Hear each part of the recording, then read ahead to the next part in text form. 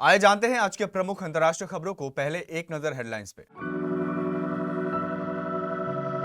अमेरिकी विदेश मंत्री रूबियो के बयान पर संजय सिंह ने क्या कहा? मोदी फ्रांस पहुंचे, भारतीय समुदाय ने स्वागत किया। भारतीय नाविकों की मौत के मामले में रूबियो का बयान क्या भारत के लिए चेतावनी है? राम मंदिर के दान में घोटाले का मामला गरमाया, अयोध्या पुलिस ने पूर्व कर्मचारी के घर से बरामद किए 12 लाख रुपए। अमेरिका ईरान समझौता आज होगा साइन, तेहरान का शरीफ ट्रंप से अलग रुख। डीजल खरीदने के बदले नियम, गाजियाबाद की हाई राइज सोसाइटी में बिजली संकट का खतरा। सलमान खान पार्टी में नए लुक में दिखे, गले मिलकर आमिर ने एब्स छुए। रामचरण की पेद्दी बनी बॉक्स ऑफिस किंग, इस हॉलीवुड फिल्म ने छुड़ाए सबसे पसीने। शुभमान गिल की एक ना और खत्म हो गई रोहित शर्मा की पारी। हैती को हराकर ग्रुप सी में टॉप पर, मोरक्को ने 5 बार के चैंपियन ब्राजील को ड्रॉ पर रोका। फारस की खाड़ी क्षेत्र में हुए अमेरिकी हमलों में 3 भारतीयों की मौत के मामले में अमेरिका के बयान को लेकर भारत में विपक्षी नेता सरकार के रुख पर सवाल उठा रहे हैं। आम आदमी पार्टी के सांसद संजय सिंह ने इसे भारत का अपमान बताया। उन्होंने कहा, हमारे विदेश मंत्री जयशंकर ने अमेरिकी सेना द्वारा 3 भारतीयों की हत्या पर अपना विरोध जताने के लिए मार्को रूबियो को फोन किया। रूबियो ने दुख जताने के बजाय उल्टा हमारे विदेश मंत्री को ही डांट दिया और कहा, अमेरिकी प्रतिबंधों का उल्लंघन बर्दाश्त नहीं किया जाएगा। कांग्रेस सांसद और पूर्व विदेश राज्य मंत्री शशि थरूर ने अमेरिका के बयान पर सवाल उठाते हुए कहा कि इसमें निर्दोष भारतीयों की मौत पर दुख या संवेदना का एक भी शब्द नहीं है। उन्होंने कहा, कोई मित्र और रणनीतिक साझेदार इतना असंवेदनशील कैसे हो सकता है? दरअसल भारतीय विदेश मंत्री एस जयशंकर ने इस मामले में कहा था कि उन्होंने इस हमले को लेकर अमेरिकी विदेश मंत्री के सामने कड़ा विरोध दर्ज कराया है। वही अमेरिकी विदेश मंत्री ने शनिवार को जारी एक बयान में कहा कि सभी कमर्शियल जहाजों को अमेरिकी सेना के आदेशों का तुरंत पालन करना चाहिए, क्योंकि वो इस स्ट्रेट में शांति और सुरक्षा बनाए रखने की कोशिश कर रहे हैं। उन्होंने कहा कि अमेरिकी नाकेबंदी का उल्लंघन और ईरानी तेल की अवैध ढुलाई बर्दाश्त नहीं की जाएंगी। प्रधानमंत्री नरेंद्र मोदी शनिवार रात फ्रांस के नीस शहर पहुंचे। होटल में भारतीय समुदाय ने उनका स्वागत किया। इस दौरान पीएम ने बच्चों को गोद में उठाया और दुलार किया। महिलाओं ने पीएम के हाथ को माथे पर लगाया। इसके बाद मोदी ने कल्चरल प्रोग्राम देखा। पीएम मोदी आज दोपहर में फ्रांस के राष्ट्रपति इमैनुअल मैक्रों के साथ द्विपक्षीय बैठक करेंगे। साथ ही भारत इनोवेट्स कार्यक्रम का उद्घाटन करेंगे। दोनों देशों के बीच technology, innovation, health tech, medical technology, AI, semiconductor और स्पेस टेक्नोलॉजी से जुड़े 12 समझौते हो सकते हैं। भारत और फ्रांस के बीच 114 राफेल लड़ाकू विमानों की डील पर अहम चर्चा होगी। भारत चाहता है कि इन विमानों में अपने हथियार जोड़ने की सुविधा मिले। इसके लिए सोर्स कोड का मुद्दा भी उठाया जाएगा।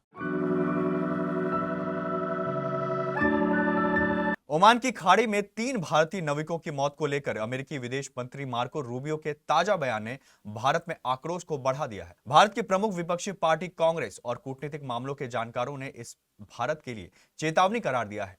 बीते 9 जून को अमेरिकी नेवी के हमले की पुष्टि खुद अमेरिकी सेंट्रल कमांड ने की, जिसके बाद भारत ने अमेरिका से विरोध दर्ज कराया और भारतीय विदेश मंत्री ने अमेरिकी विदेश मंत्री मार्को रूबियो से इस पर बात की थी। जयशंकर ने कहा कि इस बातचीत में उन्होंने अमेरिकी विदेश मंत्री से कड़ा विरोध दर्ज कराया और कहा कि इस तरह का घातक हमला उचित नहीं है। रुदौली क्षेत्र के मीनापुर ठकुरन फैगोली गांव में छापेमारी कर 10 से 12 लाख रुपए बरामद किए गए। कार्रवाई राम मंदिर ट्रस्ट के महासचिव चंपत राय और पुलिस प्रशासन की मौजूदगी में की गई। बरामदगी आरोपी लवकुश मिश्रा के घर से हुई, जो मंदिर में कर्मी के रूप में कार्यरत रहा है। लवकुश के पिता बच्चू लाल ने बताया कि ट्रस्ट के 3-4 लोग उनके घर पहुंचे और ताला तोड़कर नकदी अपने साथ ले गए। उन्होंने कहा कि उन्हें इस धन के बारे में कोई जानकारी नहीं थी, क्योंकि वे गाजियाबाद में रह रहे थे। उन्होंने यह भी स्पष्ट किया कि फैजाबाद में बन रहे मकान का उनके बेटे से कोई संबंध नहीं है। मकान निर्माण के लिए उन्होंने 10 से 12 बीघा खेत गिरवी रखा था। ईरान और अमेरिका के बीच शांति समझौते आज रविवार को साइन हो सकता है। अमेरिकी राष्ट्रपति डोनाल्ड ट्रंप और मुख्य मध्यस्थ पाकिस्तान ने शनिवार को यह कहा है। ईरान ने भी माना है कि अमेरिका के साथ समझौते पर बातचीत अच्छे ढंग से आगे बढ़ी है, लेकिन रविवार को डील होने की बात नहीं कही है। ईरान ने संकेत दिया है कि डील में ज्यादा समय लग सकता है। इससे रविवार को समझौता होने की बात मुश्किल नजर आ रही है। यानी डील पर दस्तखत होने में अभी कुछ दिन का समय लग सकता है। डोनाल्ड ट्रंप ने कहा कि रविवार को समझौते पर हस्ताक्षर के तुरंत बाद हॉर्मुज स्ट्रेट सभी जहाजों के लिए पूरी तरह खुल जाएगा। पाकिस्तान के प्रधानमंत्री शहबाज शरीफ ने शनिवार को कहा कि 24 घंटों के भीतर समझौते को अंतिम रूप दिए जाने की उम्मीद है। उन्होंने इशारा किया कि रविवार को दस्तखत हो सकता है। केंद्र सरकार द्वारा डीजल की खुदरा बिक्री को लेकर जारी नए नियमों ने गाजियाबाद की हाई राइज आवासीय सोसाइटी की चिंता बढ़ा दी है। नए आदेश के तहत अब थोक उपभोक्ता रिटेल पेट्रोल पंपों से डीजल नहीं खरीद सकेंगे, जबकि प्रतिदिन अधिकतम 200 लीटर डीजल ही दिया जाएगा। ऐसे में बिजली कटौती के दौरान डीजल जनरेटरों पर निर्भर रहने वाले सैकड़ों सोसाइटियों के सामने बड़ा संकट खड़ा होने की आशंका है। गाजियाबाद में Siddharth Bihar, Rajnagar extension, crossing Republic, Indirapuram, Vasundhara, Vaishali web city और NH9 कॉरिडोर की करीब 400 सोसाइटी, अधिकांश हाई राइज सोसाइटियां बिजली आपूर्ति बाधित होने पर पूरी तरह जनरेटर बैकअप पर निर्भर रहती हैं। इन सोसाइटियों में लिफ्ट, जलापूर्ति, common area lighting, fire system और सुरक्षा व्यवस्था का संचालन डीजल जनरेटरों से ही होता है। पिछले कुछ दिनों के दौरान आंधी, तेज हवा और वर्षा के कारण कई इलाकों में घंटों बिजली आपूर्ति बाधित रही थी। कई स्थानों पर बिजली के खंभे क्षतिग्रस्त हुए, पेड़ लाइन पर गिर गए और फॉल्ट के कारण पूरी रात आपूर्ति प्रभावित रही।